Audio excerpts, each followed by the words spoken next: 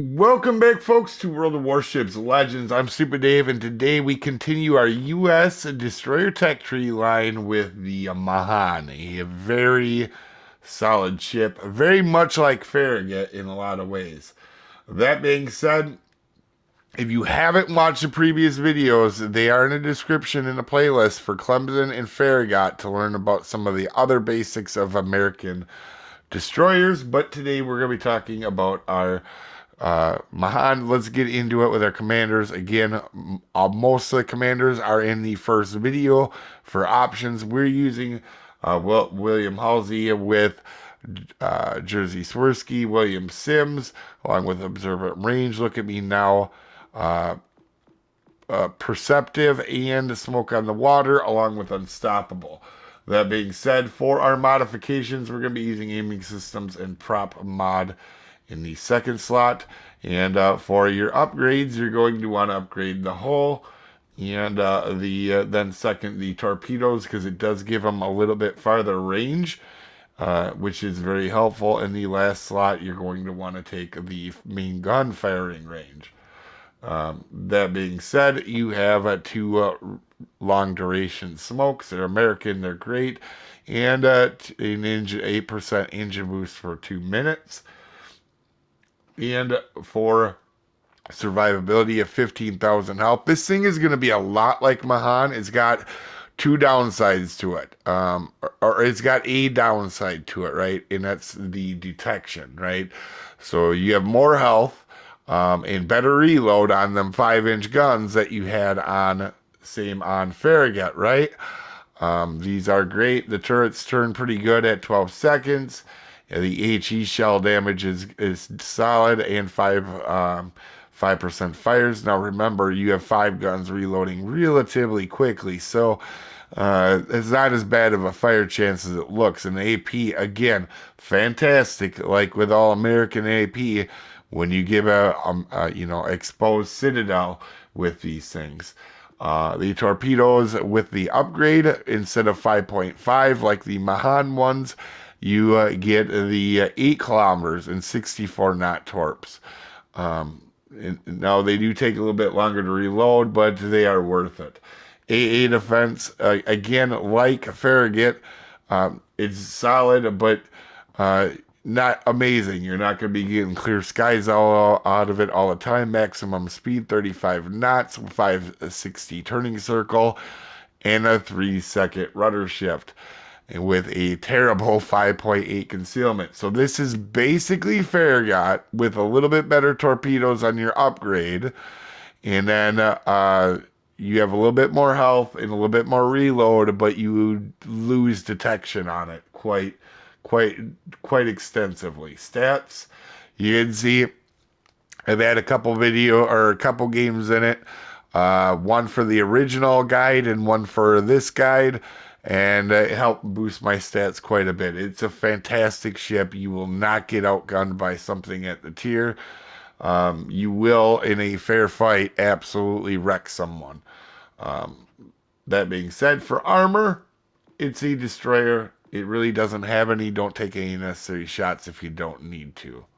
As we start the match, it's disclaimer time. This is a beginner's video meant to help people new to the ship or new to the game. This is not meant for professional gamers that know everything there is to know about everything in the universe.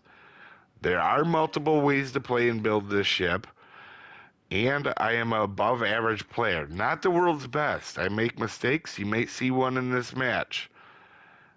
You didn't come here for pronunciations. I'm as good as anybody at slaughtering beautiful languages all the time. With that out of the way, we are on Atlantic. And to be quite honest with you, outside of a little bit longer torpedoes and worse detection, this thing is going to play exactly like Farragut. Alright, so also, you're going to notice if you weren't paying attention on the screen, we have a huge disadvantage in commanders, meaning I think I'm probably going to have to carry this match if we're going to win. So that's one thing I want you guys to note.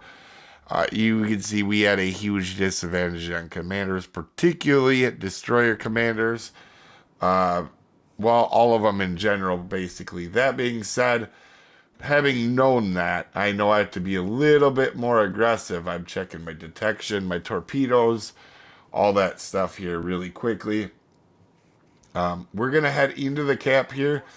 We have an idea, obviously, because we're locating the destroyer. We know that he's out in front of us to the left. And there is two cruisers here, right? And they're starting to charge in. And this isn't ideal. This is not a ideal situation. You can see with these cruisers pushing, I was getting ready to turn around. Gaid finally does get spotted. We're going to try to blast him here. We had AP loaded for the cruisers, but now we have to shoot HE, and we smoke up. Reason being is them cruisers were shooting at me. I lost a bunch of health. While I am out DPMing Gaid, we are losing the fight to his cruisers. We're going to shoot some shells where he was, and then we're going to back off. Why are we going to back off? Because Gaid has a sonar, obviously. He's going to try to push up and get me sonared while I can't see him. So we're not going to allow that to happen. But we're going to go ahead. See, you can see he was trying, in fact, to push up. He gets himself caught again. And we're going to put some shells at him. Kudos to our one cruiser for actually shooting his guns off, and was an Italian cruiser. And right off the bat, we get lucky because the Dido on the other side of the map gets rid of a destroyer as well. So right off the bat, we're looking okay. I accidentally run into this, I believe it was like a Trento, but anyway, not ideal, right? Especially with the bloodlust that these cruisers apparently do have. And that Emerald is going to be a pain in our butt for a little bit here. DeGrasse gets spotted. I gotta roll. I gotta go forward. But again, my priority is on the destroyer, and the destroyer is got himself spotted again, and we're gonna go ahead and finish him off with our guns.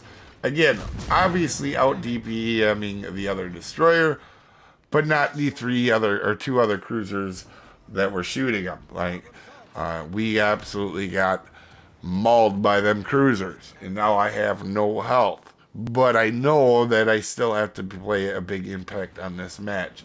And you can still do that with low health, but you have to be careful. For example, we know that cruiser's charging on this side. We're going to back off. There's not much we can do there. If we run right into them, we're going to die. We don't have much health left. And we don't have torpedoes yet outside on the one side. And again, you have one torpedo in the middle, and then you have two wings. So both of them you can only shoot off of one side. So at any given side, you can shoot two off and then still have one on the other. As you can see, Emerald was pushing up. And you can see how this is starting to play out for us. I'm going to continue to grab the cap, pay attention. There is the Gokas. It's dropping, obviously, throwing out torps. And we're kind of just paying attention to the right-hand side and spotting for our team, right? Destroyer and cap control is the biggest thing, and that's what we're doing right now. We got rid of the destroyer. Now we're going to be worrying about cap control. And they only do have one destroyer left, and he is spotted currently right now. So I'm thinking, okay, we're in a pretty good situation, right? Like, I thought we were going to be in a rough go. But apparently, you guys are in for an interesting match here, because our teammates are basically what I initially thought, right? They are going to help get rid of two destroyers, but outside of that, they are absolutely going to do nothing the entirety of the rest of the match. And I'm going to kind of see it unfold. Here I'm being a little bit careful, obviously, because I don't want to get spotted, and DeGrasse already showed he will shoot me. So just trying to keep these guys spotted behind the island for teammates. And then we also see that another cruiser got spotted. Here we're going to throw out torps just in case the Leander backs up or Haig continues to go forward. And here's an Omaha. Now, you're going to see the AP in action. And even though I have low health, doesn't mean I can't help out still. Now, I actually should have thrown a set of torpedoes out here first, but I actually thought I was going to be able to Citadel him right away before he could even get his guns on target. You can see we're bouncing shells, but now that we got his broadside on this salvo here, we're going to start to wreck him before he even knows what's going to happen. Omaha has that Citadel right in the middle. It's a small one, and we're going to have to use our smoke to keep our health, right? But we do get a cruiser off the board, and we're going to start popping shells at Hyuga, who we did get a torpedo, I believe, at one hit on the torpedo there to help hit him down a little bit. Right here, we're out of range, but honestly, probably didn't need to use that smoke there, but being safe than sorry, right? We do get a perma-fire on Hyuga, and we are going to go ahead and now push up to the next cap. I want all the caps. I'm greedy, all right? So we're going to keep pushing up here. We know there's a cruiser on the other side of the island that we're spotting, and to be quite honest, I want to spot him for our battleship that's over there. And to be quite honest, this is going to turn out to be a little bit odder than what you guys think. First of all, I see Gokas angling and focused on our teammates over there, right? His guns aren't turned towards me. They're the other direction right now. And with him being that broadside to us, well, you know what I'm going to do here. We're going to go ahead and finish him off. And you can see he's started to realize it, but it's too late again for him as well as we get another cruiser off the board. All right. So it's 2 cruisers off the board and a destroyer. So it's not like I'm just damaging only battleships here, guys, right? 8 Citadels. You saw the HE, the AP. We're going to push up. And I don't know what... I try not to complain a whole lot, but we're going to try to reset this grasp B before we get...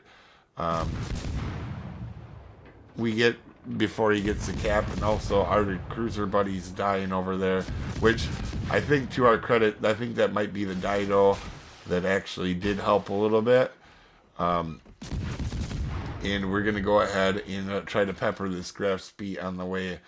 But to be honest with you, oh no, it's Bertine, Emil Bertine. I hate this part. We have...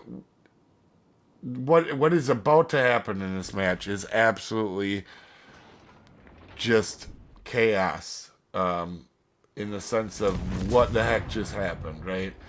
So we're gonna keep Grasp B from getting the cap. If you guys weren't aware, that's the same player that in the Farragut video we had that war with, and we traded dev strikes with, right? So we know he's decent. This was the same day as the Farragut video, so obviously I was well aware of this, right? So we're trying to be careful. At the same time, our destroyer is going to get absolutely torped to death by a cruiser. I don't know how you do that, but you do, all right? Also here, we're going to throw torpedoes out on this Grasp B, and we're going to be bouncing in and out of these islands to try to keep him spotted, right? There's a battleship out there. What I don't know, though, until like right here, everybody else is AFK. It's just me against 3 players. And I'm trying to keep a score here. As you guys are going to see, that Pensacola and our Renown don't move for the entirety of the rest of the match. And I really wish that when people quit matches, they would get on a list for a ban or something, for a temporary ban, because quitting games is different if it's AI or if it's something else, but you're ruining the experience, not so much even people's chances of winning. Clearly, if either one of these two had shot their guns maybe even once, this outcome probably would have been different, right? But I have no health, and I've been taking on stuff this, entire time. With low health, we took out a destroyer, 2 cruisers, and now we're at war trying to keep this cap from being taken, right? From what we already know is a relatively decent player. And Also, the Emerald being a decent player because he's the one that took a bunch of my health off earlier. So, again, just doing our best to try to keep the score close here. And I was thinking, if I could get one stinking fire on this Graf's B and get the kill, it would put our points close enough, right? Where, we have a chance to win by just rushing a ship in depth straight, torpedoing it, or even torpedoing it at distance. But you can see here, I get really very unlucky with that. We're going to throw torpedoes out just in case Emerald is charging us. And again, our cruiser and the battleship not moving. No help to us. If he would have shot his guns off at all, if either one of these players hadn't been AFK, the outcome would have been different. Here, I actually think Emerald is charging us because he knows we're low health. So I can't really stop behind an island. But you can see I am trying to get fires and not getting anything on Graf's B here. So we're going to go ahead and try to push in. And like we said, we're just not getting the luck here. Even though the match is really close, even with a minute to go, I figure if I can get torpedoes on one and then outgun the other, I can still win this, right? And stop points from this cap. Instead of like just getting this cap with 5 seconds left to help my score and make it look good, I'm trying to win this match still, right? It's still winnable if the right things happen. We drop torpedoes out for Emerald. He starts to move forward, so we try to shoot our guns to make him not. And by this time, it's already over. Once he moved, I know there was nothing I could do, right? So no point in wasting these guys' time. Grasby's trying to kill our battleship, which is actually a problem, so we're going to go ahead. Obviously, we need the battleship's points. But it don't matter now because Emerald isn't going to eat all them torps that we put out. And we're just doing our best. And still, no stinking fires all the way to the end there on Graf's B. If we could have got any fire, it might have been a different result because then I could have focused on Emerald again. But as you guys can see, we did the best we could, and we did a lot with a little health.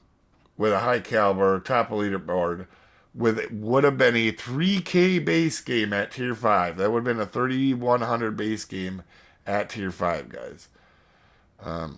Not much you can do when you got 2 FK players. So, anyway, you guys have a wonderful day. I'll see you folks next time. Have a good one, folks.